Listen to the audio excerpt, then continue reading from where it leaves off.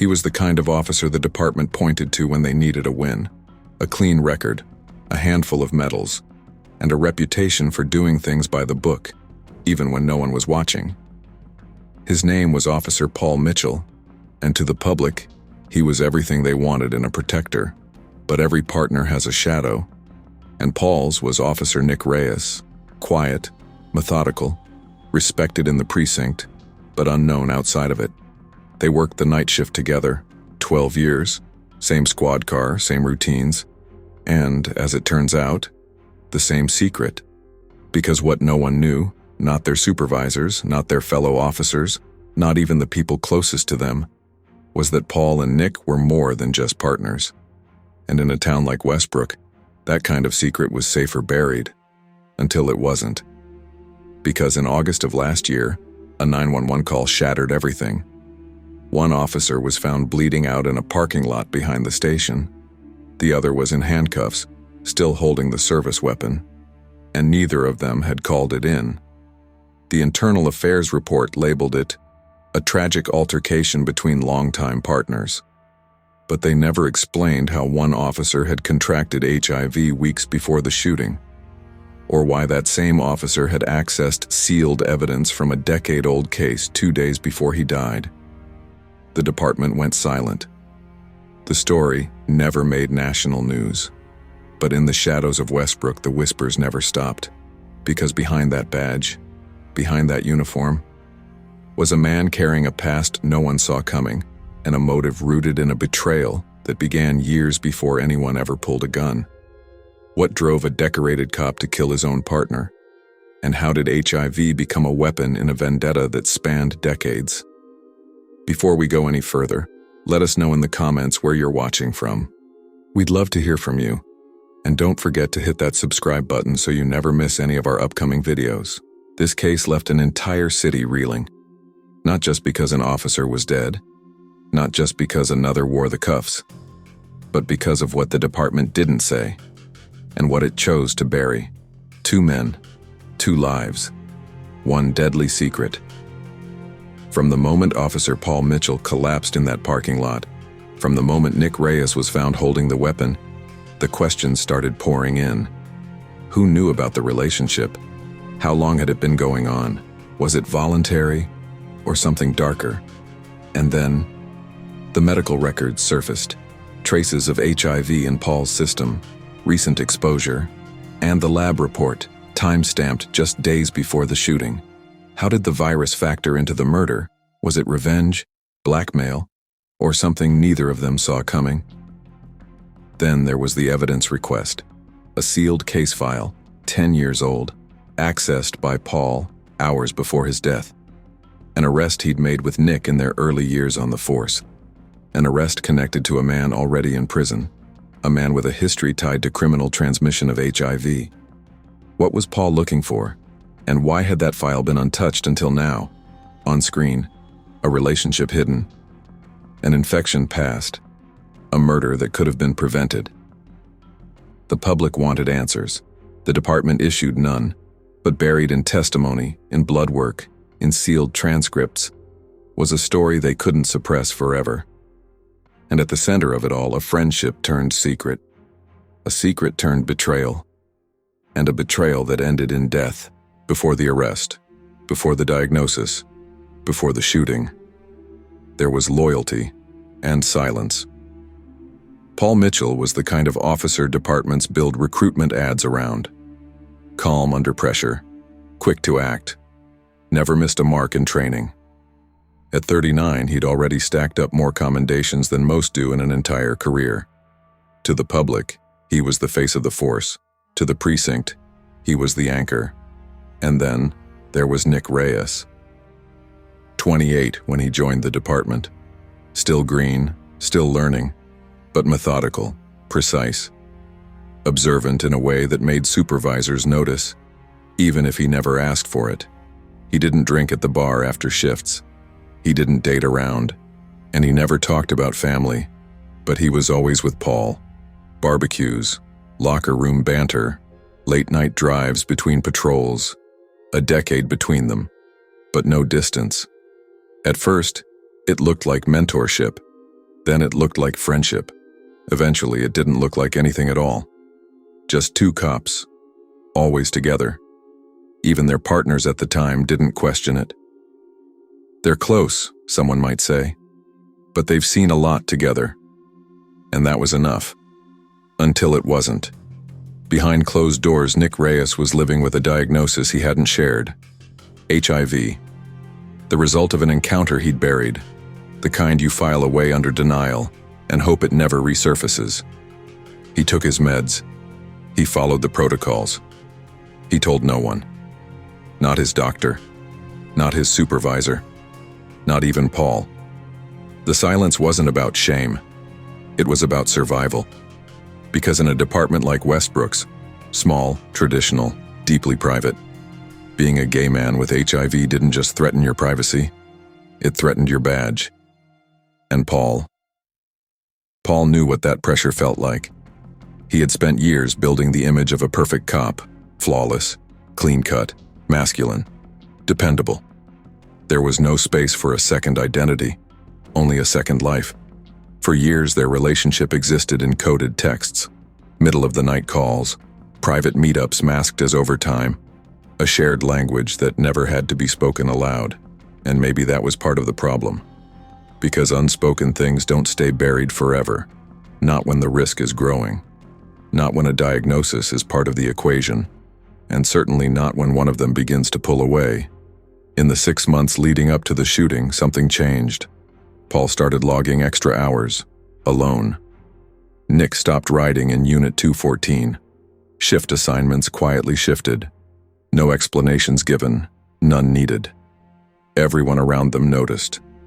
But no one dared ask. They were still the guys, still dependable, still clocking in and out. But behind those quiet exits and unspoken words was a fracture growing between them. One built on secrets, on guilt, and on the kind of fear that turns trust into tension. Nick had been carrying more than his badge. He had been carrying a truth he thought he could contain. A truth Paul may have discovered. Too late. And in the days before the murder, one sealed evidence request, one medical report, and one look exchanged in a briefing room would start a chain reaction no one could stop. July 17, 2023. It started like any other night. Overcast skies, quiet radio, shift change at 7 p.m. By midnight, the streets of Westbrook were nearly empty. Paul Mitchell and Nick Reyes were both on duty, but not together. They hadn't ridden in the same unit for weeks. No one questioned it anymore. At 12:47 a.m., Paul logged off his in-car system and left the precinct. He didn't say where he was going. No call for backup, no dispatch alert. At 1:08 a.m., surveillance cameras at a municipal lot behind the station captured headlights. 2 vehicles, both unmarked, parked face to face. There was no audio, just movement. Paul stepped out first, hands empty. Nick followed, slower. Then just outside the camera's frame, Paul collapsed. The gunshot wasn't caught on video, but it was heard by a nearby sanitation crew. They made the call. By the time officers arrived, Paul was on the ground, bleeding from 3 entry wounds, all within 6 inches of each other. Point blank. 1 to the chest, 1 to the neck, 1 to the lower torso. Nick Reyes stood nearby, his service weapon on the pavement, his badge still clipped to his belt. He didn't run. He didn't speak. He simply raised his hands and dropped to his knees. The initial report filed just hours later stated one thing: self-defense. According to Nick, Paul had grown paranoid in the weeks leading up to the confrontation. He claimed Paul had been distant, erratic, that Paul had begun threatening to expose personal details about Nick's health status, including his HIV diagnosis, that Paul believed Nick had put him at risk. Nick said the meeting behind the station was supposed to be a final conversation, an attempt to reason with a man unraveling. But instead, Paul allegedly lunged, and Nick fired. No one could confirm what was said. There were no witnesses, no body cam footage, only one man's version of a deadly moment. and another man who could no longer speak. But the physical evidence didn't line up. There were no signs of a struggle, no defensive wounds on Paul's body, no gunpowder residue on his hands, and the blood pattern, according to forensics, suggested that Paul had been standing still, facing Nick, hands at his sides. The medical examiner's report confirmed what many feared. Paul Mitchell never reached for a weapon. His gun was still holstered when he hit the ground. The department was stunned. The self-defense narrative began to crumble. And then, investigators pulled Paul's medical records. The file showed something no one expected: a positive HIV diagnosis, tested, confirmed, just 9 days before his death. The records indicated it was a recent infection, undetectable in prior screenings from earlier that year. And the most alarming part? Paul had never told anyone, not a doctor, not a supervisor, not even Nick, according to him. But the records told another story. Because on the day before the shooting, Paul accessed a sealed evidence file from a 2005 arrest, one tied to an old case involving the criminal transmission of HIV, a case both Paul and Nick had worked early in their careers, a case the department had quietly buried. The timing couldn't be ignored, not by the lead investigators, not by internal affairs, and not by the district attorney's office. Because suddenly, this wasn't just about self-defense. It wasn't just about a broken partnership. It was about motive, exposure, and a connection between two men that someone had tried very hard to keep secret. The story broke before sunrise. Local affiliates led with it. By noon, it was national. Cop love triangle ends in murder. HIV-fueled revenge killing. Badge and betrayal in Westbrook. But outside the headlines, inside the precinct, the mood was far worse. Not outrage, not grief. Just silence. The kind that seeps into every corner of a building when no one knows what to say. Or worse, when they do, but won't. Some officers cleared out their lockers early that morning. Others requested transfers. Supervisors deleted emails, and hallway conversations turned into whispers behind closed doors. Because this wasn't just about a murder. It was about what the murder uncovered. The HIV diagnosis, the sealed case file, the long-speculated relationship between two men the department had quietly protected or quietly ignored. The Internal Affairs Unit launched a full review. They reconstructed timelines, pulled dispatch logs, examined text records between Paul Mitchell and Nick Reyes, and what they found only deepened the mystery. At least 12 late-night calls in the weeks leading up to Paul's death. Unlogged, private, no work-related explanation. A printed report of Paul's blood test, discovered at his home, folded under his mattress, dated just 9 days before the shooting. One detective described the precinct's state at the time as paralyzed by the truth. Colleagues who once joked about Paul and Nick's bond were suddenly remembering things differently. An anonymous tipster emailed a local reporter claiming everyone knew, they weren't even hiding it anymore. Another, a former partner of Paul's, later said in a recorded interview, "I told him to come clean. I said it wasn't worth hiding. He told me he'd take it to the grave. And then he did." But while investigators tried to map motive, they uncovered more than expected, and less than they needed. There were rumors, lots of them. Had Nick been blackmailed by Paul? Was Paul planning to file an internal complaint, exposing Nick's HIV status and their relationship? Or had Nick discovered that Paul was infected and assumed the worst? The theory spiraled when they uncovered Paul's access log, the sealed case from 2005, one they both had worked, one involving a man now serving time for using HIV as a weapon in a domestic incident. What had Paul seen in that file? Was it connected to his infection? Was it revenge, guilt, or just fear? And then, a final twist. One of Paul's old field notes, handwritten, torn, and nearly discarded, found in a case folder retrieved from the archive. The note simply read, "He said he wasn't the only one." Investigators never confirmed who he was, They never found additional victims. No charges were filed beyond the murder. But inside the Westbrook Police Department, the silence persisted. Friendships dissolved. Promotions were frozen. And 2 desks, side by side, were permanently cleared. What began as a shooting behind a station was now a riddle with no center, and the more they dug, the more questions surfaced. Was Nick Reyes hiding more than just a diagnosis? Had Paul Mitchell uncovered something worth dying over? Or was the truth somewhere in between, buried beneath years of fear, silence, and secrets no one wanted to speak out loud? For weeks, the investigation had stalled. Too many secrets, too few answers, until one search warrant changed everything. Detectives entered Nick Reyes' apartment on a rainy Tuesday morning. What they found wasn't much. No signs of premeditation, no manifesto, just a meticulously neat living room and a locked file drawer. Inside, one envelope, unmarked except for a single phrase written in block letters. He deserved to know.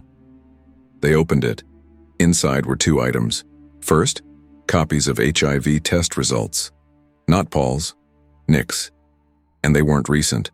The documents were dated August 2021, 2 years earlier, a full 23 months before the murder, which meant the story Nick had told about discovering his diagnosis shortly before the shooting was a lie. He had known for almost 2 years. The second item, a typed, unsigned letter, found folded behind the test results. The tone was controlled, but bitter, direct, and it was addressed to Paul. I never told you what happened that night in Lincoln Heights.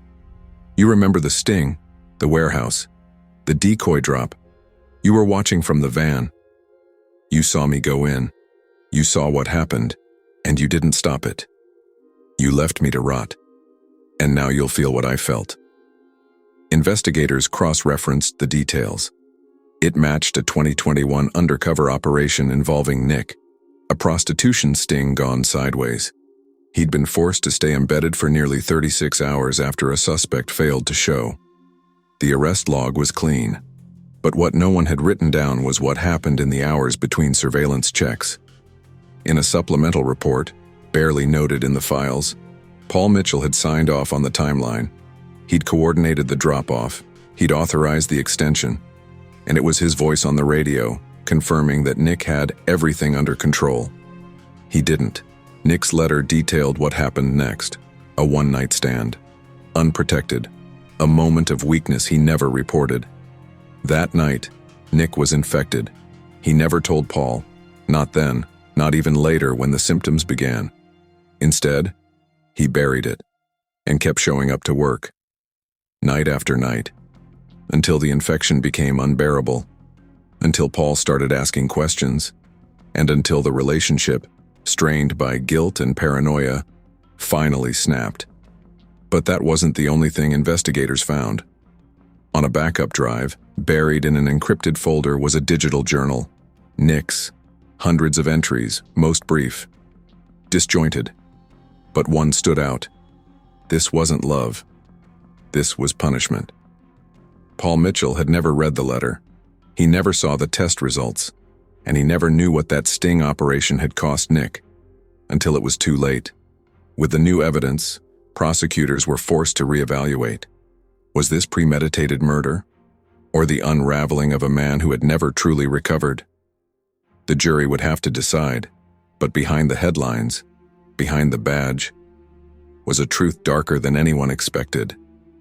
A relationship buried in silence, a betrayal no one was ready to face, and a motive shaped not by hatred, but by years of quiet suffering no one ever heard. The trial lasted 13 days, 7 witnesses, 3 days of deliberation, and one decision the town would never forget. The courtroom was packed when the verdict was read. Some came for justice, others came for answers. Nick Reyes was found guilty of second-degree murder. No insanity plea, no reduced charges, just one word that echoed through the room. Guilty. He was sentenced to 20 years in state prison, no chance of parole for at least 15. The courtroom didn't cheer, it didn't mourn, it just sat there, quiet, heavy. But what shocked everyone wasn't the sentence. It was what came after. During his elocution, the final chance to speak before sentencing, Nick didn't plead for leniency. He didn't explain away his actions. He confessed to everything. The affair, the diagnosis, the sting operation, the letter Paul never read, all of it, with one exception. He never admitted it was murder. "I didn't kill him because he infected me," Nick said. "I killed him for what he made me feel." The courtroom froze. Even the judge sat back. Not because the words were violent, but because they were honest. Nick spoke not like a criminal, but like a man unraveling under years of silence. He said Paul was the only person who ever saw him, the only person who knew who he was, and didn't walk away. And that made what happened unbearable. "You can bury your secrets for years," Nick said, "but they don't stay quiet forever, they grow teeth." He said he loved Paul, to the end. And in his mind, he hadn't killed his partner. He'd protected him. From what exactly? He never said. Shame? Exposure? Himself? The department held a press conference the next morning. No questions were taken. "This isn't who we are," the captain said. "This department stands for integrity, for truth." But the truth had already done its damage. 2 lives ended that night. One by gunfire, the other by silence. Because this wasn't just about HIV. It wasn't just about secrets. It was about what happens when the walls we build to protect ourselves become the same ones that bury us. Shame, fear, loneliness, all hiding behind a badge until someone couldn't carry it anymore. This case still divides the community. Some say Paul Mitchell was betrayed, a man who tried to do the right thing and paid the ultimate price. Others believe Nick Reyes didn't just pull the trigger out of pain, but out of something far darker. That this wasn't about survival. That it was a hate crime in disguise. Was it murder or rejection? Was HIV the catalyst or just the excuse? We may never know what was truly said in that final moment, but the silence afterward continues to echo. So we want to hear from you. What do you think? Was this about the virus? Or was it about being seen, loved, exposed? Drop your thoughts in the comments. We read everyone. And if you thought this story was twisted, wait until you hear what happened when a correctional officer's affair with an inmate went public, and 2 people ended up dead in less than 48 hours. Power, seduction, deception, and a secret that should have stayed locked behind bars. Subscribe for more real stories. Watch next. Correctional officer's secret affair ends in blood. Social icons fade in with subtle animation. Instagram, TikTok, Spotify podcast. This has been a real case, a real tragedy, and a real reminder that the deadliest secrets are the ones we keep from ourselves.